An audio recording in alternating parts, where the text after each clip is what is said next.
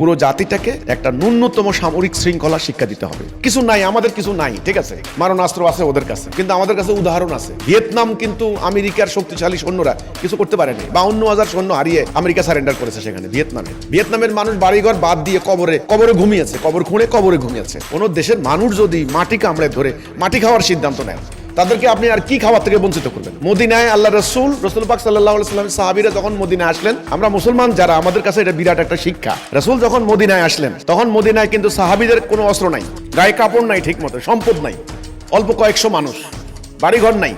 তারা মদিনায় আসলেন, মদিনায় ছোট্ট একটা এলাকা, আর ওরা বিরাট বাহিনী, ওরা সিদ্ধান্ত নিল পুরো মদিনা ধ্বংস করে দেবে, লুটপাট চালাবে। কিন্তু সাহাবীরা কি করলেন? রসুলের নেতৃত্বে তারা সিদ্ধান্ত নিলেন, না, আমরা শহীদ হব, পিছপা হব না, আমরা গাছের লতা পাতা খাবো, আমরা পেটে পাথর বাঁধবো। এক বাটি দুধ 1000 জনে খাওয়ার রেকর্ড।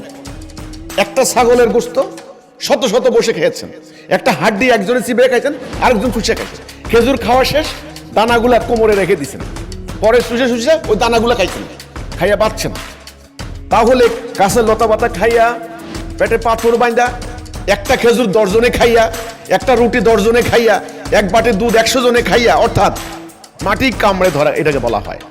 একটা আদর্শকে ধারণ করে একজন সত্যনিষ্ঠ নেতার নেতৃত্বে, ওই নেতা কিন্তু পালাইতে পারবে না। ওই নেতা ইংল্যান্ড পালাই যাব, ওই আপনার আমেরিকা পালাই যাব, ইন্ডিয়া পালাই যাব, ওই নেতা না।